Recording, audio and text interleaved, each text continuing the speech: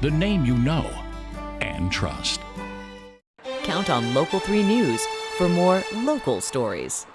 We're going to talk now to anyone out there who made getting in shape and perhaps losing some weight a New Year's resolution. You know that you're not alone. Hopefully you also know it is not an easy resolution to keep, but a lot of that can be the result of your mindset. So we're very happy this morning to have Courtney Stoddard on the show. She is with Focus Treatment Centers, a certified eating disorders dietitian there. And she's going to give us kind of a different twist, right, on how to achieve the same results you're looking for, but with a more positive mindset. Is that a fair way to set it up? Yeah, that sounds perfect. Yes. One way is, I guess, to remember that a diet is simply the way you eat.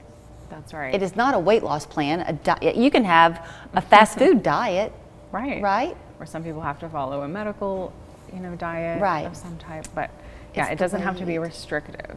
So that's, once you try to make something restrictive, that's a negative, and all of a sudden your mind is just focusing on that. So your suggestion is to go back to the old ways of thinking, like eat in moderation? Yeah, that's right. It's not as flashy sounding, but really we just encourage focusing on small steps, which actually can have a lasting change, as opposed to an extreme measure like a lot of the fad diets will encourage. Do you, back to the restrictive word, is it a good idea, rather than saying, okay, I'm not going to eat this, to instead try to say to yourself, I'm going to eat more carrots or whatever? Yes, exactly. So we encourage, maybe a goal of increasing some foods or food groups that are lacking, such as fruits and vegetables that give us great vitamins, minerals, and fiber. Or increasing variety of those foods, as opposed to cutting out foods or food groups. Mm-hmm.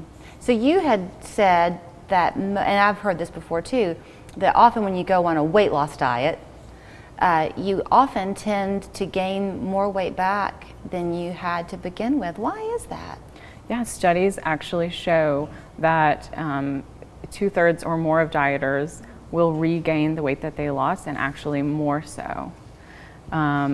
Diets really are damaging to our metabolism, and that restrictive nature that they have kind of slows down our metabolism to a crawl, because it's not sure when it's going to get the next source of energy. Mm-hmm. And so over time that can really, the yo-yo dieting and the weight fluctuations can damage metabolism and lead to that rebound weight gain. I might be stepping into a bad path here, because we just got through saying it's important to be careful how you address the idea of food and not be restrictive. I think most of us tend to have some type of emotional eating. Mm-hmm. I'm bored, I eat person. Mm-hmm. If I'm working, I'm fine, but if I'm home and not doing anything, the pantry beckons. Yeah. My husband is a stress eater. Mm-hmm. Is identifying what causes you to eat helpful? Yes, absolutely. And, to an extent, emotional eating is part of normal eating. Mm. It's normal, to eat out of emotion at times. And yes, some people will start to use that as their primary coping mechanism, or start to do it when they feel stressed. And identifying that is a big step. Mm-hmm. Identifying what kind of eater you are, or even what kind of emotional eater you are. So something that happened to me the other day, I was just really hungry. So I sat down and I can't think of what I was eating. Oh yeah, I do remember. But I was eating and eating and eating, and finally I thought, okay, you're gonna pay the price for this in a minute, because my stomach couldn't keep up with my eyes, or whatever I'm trying to say. Yeah. So I paused a minute, and then I realized, you know what, I'm really not hungry anymore. But that's a true thing too, right? We eat too fast. Yes, we eat too fast. We're often multitasking. And, to an extent, we're going to have to do that. Just that's the nature of things. We might have to eat when we're driving, or eat when we're on the computer or the phone. But as much as possible, we encourage you to try and slow down at least. Mm-hmm. And that's one of those small steps that I'm encouraging people to make, is slowing down the eating pace. Because our bodies can and will tell us when we're full, when we're hungry, and when we're full. We just have to listen to it. Mm-hmm. And by slowing down, we can really tune into that signal. Is the way your food is presented important? Like if you have a pretty plated meal, does that enhance the fun? It does. So there's this whole concept of mindful eating, and part of mindful eating is using all your senses to really taste and enjoy the food.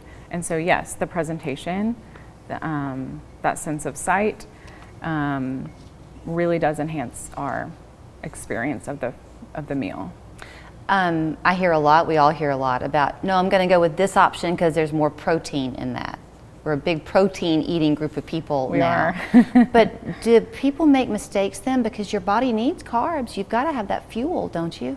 Yes, and our body actually requires 50% of our total food intake in a day from carbohydrate. 15%. 50. 50%. Half of our intake from carbohydrate, which is our body's primary and preferred macronutrient that it runs on. But that's not just the grains food group, that's what everyone thinks. It's actually in almost every food group, so grains, dairy, fruits, some vegetables. And then after that, fat. And then the lowest one is actually protein. So we need about 20% of our daily intake from protein.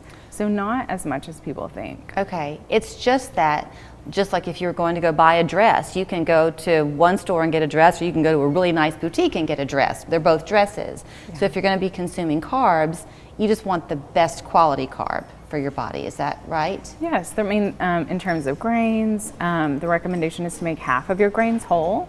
So nothing crazy, just half.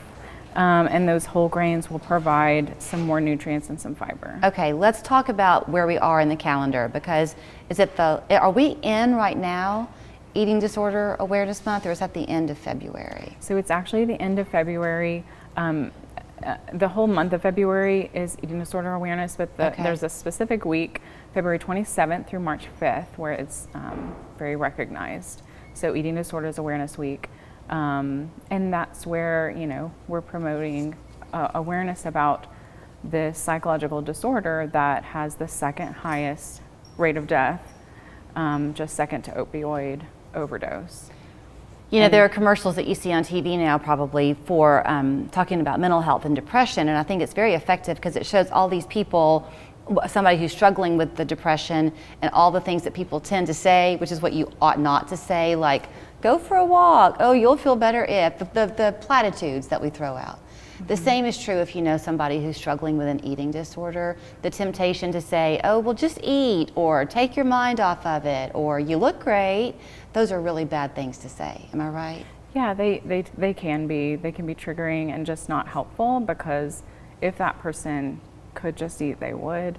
That's where it becomes, it's a psychological disorder. It's not a choice when it's to the point of being an eating disorder.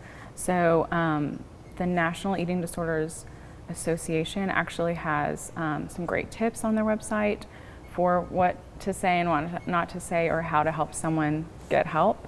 And that's nationaleatingdisorders.org. And with you, when I give people the information for you at Focus, obviously if they're really in a position to need inpatient care, hopefully by now they're in the care of somebody who can facilitate that. But you do have support groups for families. You have day patient care as well. Is that right?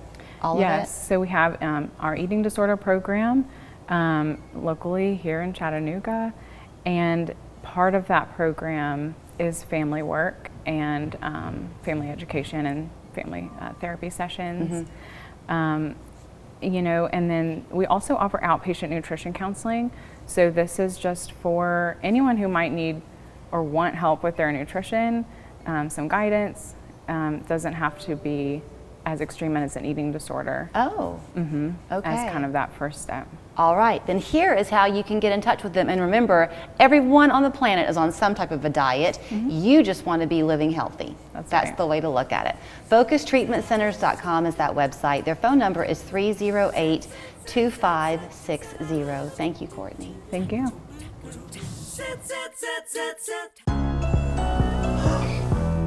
You do so much and keep it all moving long after the lights go out.